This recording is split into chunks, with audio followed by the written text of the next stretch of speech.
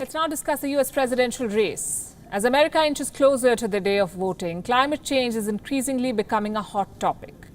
There are colossal wildfires raging through California, Oregon, and the state of Washington. They're turning the heat on the presidential campaigns. Both Joe Biden and Donald Trump have laid out their vision to tackle this natural disaster, but the contrast between the two couldn't have been more stark.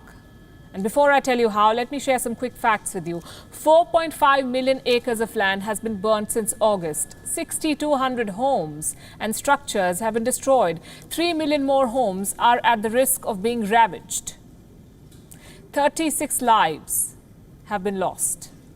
Some 64,000 people have been forced to evacuate. The air quality has worsened. The skies have taken eerie tones of orange and sepia. It is a crisis of epic proportions.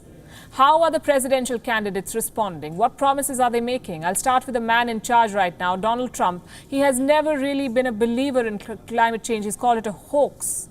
But the scale of this natural disaster, has Donald Trump concerned this time, perhaps, or the election has? Either way, he landed in California for a briefing about the wildfires. Present at the briefing were officials from different political backgrounds, including Gavin Newsom, the governor of California, and Wade Crowfoot, the secretary of California Natural Resources Agency. These two men tried cornering Trump over climate change. They urged him to understand the science behind wildfires. How did the president react? Well, you have to watch it to believe it. If we ignore that science and sort of put our head in the sand and think it's all about vegetation management, we're not going to succeed together protecting Californians. Okay. It'll start getting cooler. You just watch. I wish science agreed with you. Hey, well, I don't think science knows. I don't think science knows, he says. This is the same president who said the Wuhan virus will disappear when the months get hotter. He's now hopeful that the fires will disappear when things start getting cooler. Somewhere between these hot and cool promises, logic has turned into stone and is dying a painful death. What about Trump's challenger, the gaffe-prone Joe Biden? What does he make of these wildfires? Well, he thinks Donald Trump is the one setting them. Speaking in Delaware, Biden called Trump a climate arsonist. Let's listen to his logic as well. If you give a climate arsonist 4 more years in the White House, why would anyone be surprised if we have more America ablaze?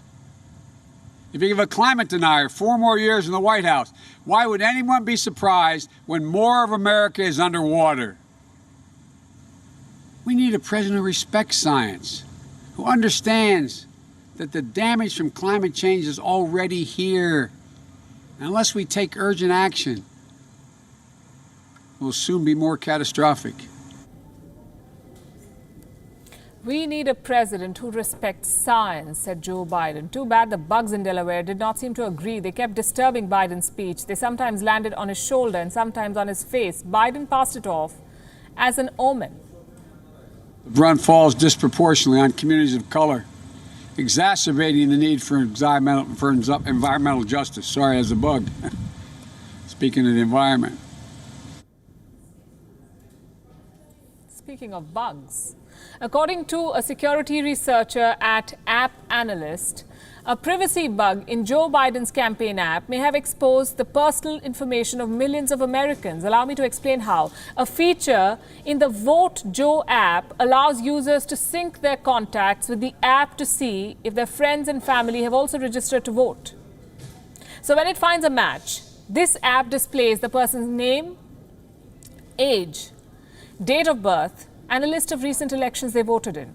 And this is where the problem lies. This particular feature can provide a person's information by simply creating a contact with a person's full name, irrespective of their phone number or email ID. The Democratic Party says this bug has been fixed, but questions are being raised on whether this bug was intentionally placed. The controversy is expected to get bigger. Which brings us back to the Trump campaign. They're also struggling with their controversies. The latest one is gaining mileage through a hashtag #PedoTrump.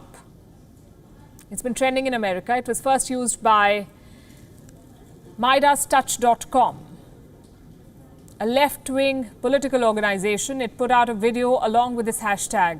What was in this video? A compilation of brief snippets from Trump's relationship with convicted pedophile billionaire Jeffrey Epstein. It included Trump's statements on the man himself, how he was a lot of fun to be with, and how he liked beautiful women on the younger side. There were also remarks that Trump made about his daughters, Tiffany and Ivanka. The video has gone viral. It has received more than 2 million views. Take a look. Prince Andrew answering questions for the first time about his friendship with convicted sex offender Jeffrey Epstein. I don't know Prince Andrew, but it's a tough story. Trump has been photographed with Prince Andrew as far back as the year 2000. Ghislaine Maxwell is accused of helping Epstein sexually abuse underage girls. I've met her numerous times over the years, especially since I lived in Palm Beach, and I guess they lived in Palm Beach.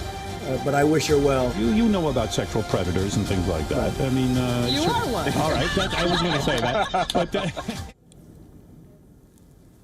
So here's the bottom line. Joe Biden and Donald Trump, they've both been accused of indecent behavior towards women. Presidential character has become a key factor in this election. And the women of America, the men too, have a tough choice to make.